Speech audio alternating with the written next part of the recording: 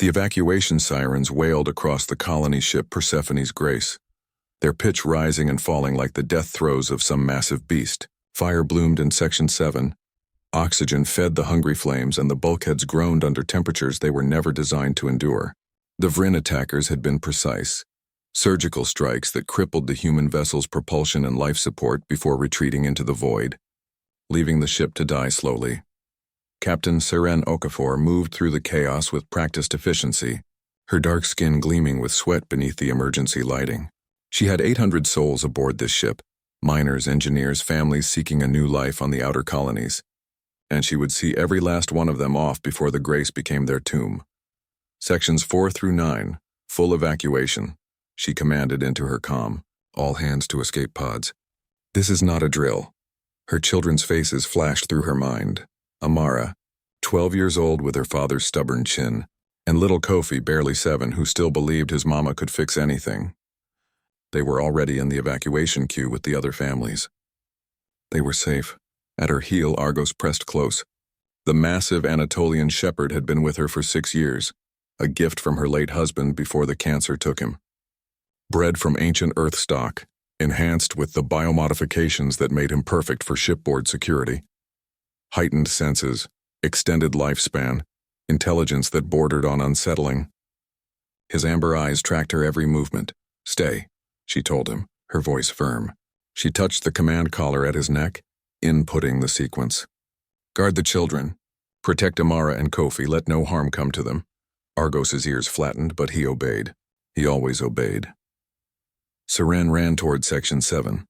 The fire suppression systems had failed, and 3 people were still trapped in the engineering bay.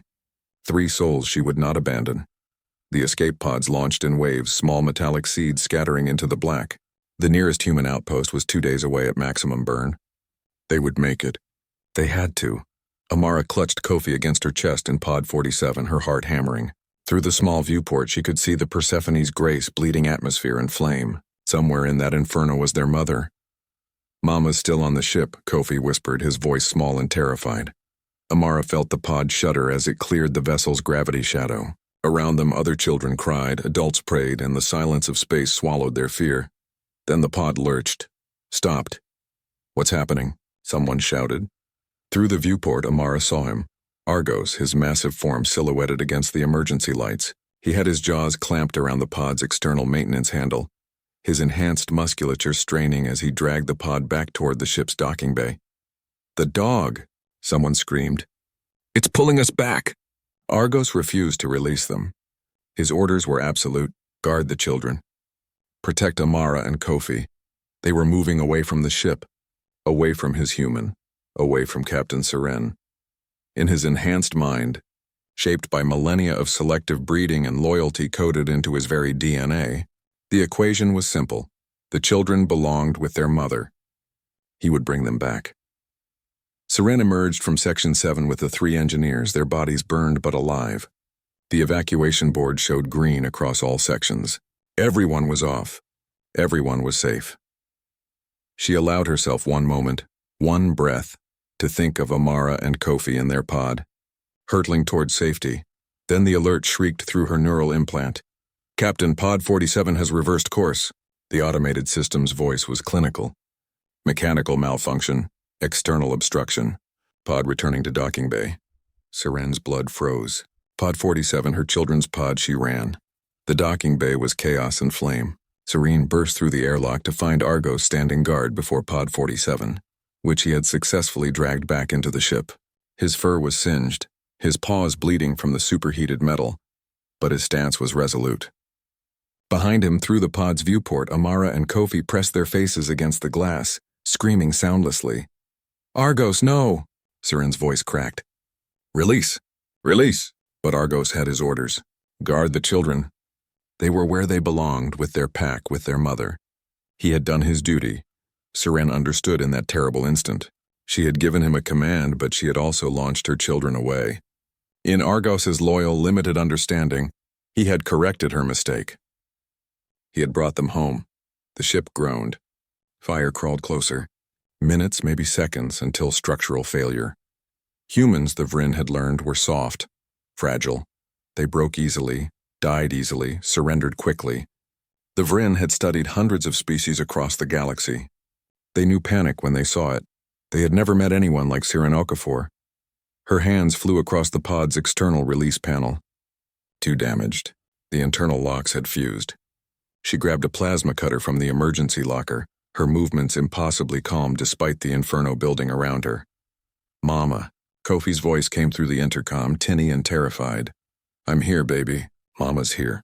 The Vryn would have calculated the odds. 1 adult human, 2 juveniles, a failing ship, and minutes to live.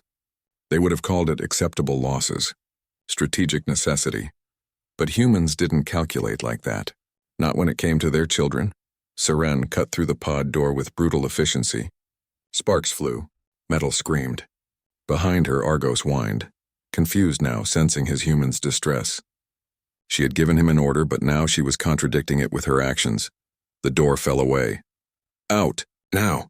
Siren hauled Amara and Kofi from the pod. The bay was completely engulfed now. The remaining escape pods had auto-launched.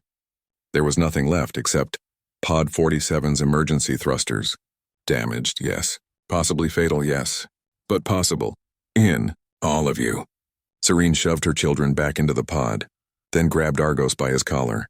The dog resisted, trained to never enter evacuation pods, trained to remain at his post. "Argos, come now!" His training warred with his instinct. But Siren was pack leader. She was alpha. She was everything. Argos jumped into the pod. Siren dove in behind him, slamming the emergency seal. Her fingers danced across the manual controls. The thrusters fired, sputtering, uneven but firing. The pod lurched away from the dying ship. Through the rear viewport, they watched the Persephone's Grace rupture in silence, a flower of destruction blooming against the stars. 2 days later, when the rescue ships from Outpost Meridian arrived, they found Pod 47 limping toward them on failing life support. Inside, 1 human captain with burns across 60% of her body, 2 children suffering from oxygen deprivation, and 1 Anatolian shepherd who refused to leave his family's side. The Vryn had calculated that humans would flee, that they would prioritize survival, that they would leave their wounded behind. They had not calculated for mothers, for dogs who loved beyond logic, for a species that rewrote the rules of self-preservation when their children were threatened. The war continued, but after the Persephone's Grace, the Vryn changed their tactical assessments. In their reports, a new designation appeared beside human vessels. Extreme caution, unpredictable when protecting young. In the hospital on Meridian Station, Siren Okafor held her children close while Argos slept at the foot of her bed, his massive head resting on his paws. The burns would heal, the nightmares would fade, but the galaxy had learned something that day. Humanity didn't always follow the logical path. Sometimes they followed the impossible one, and sometimes they brought everyone home.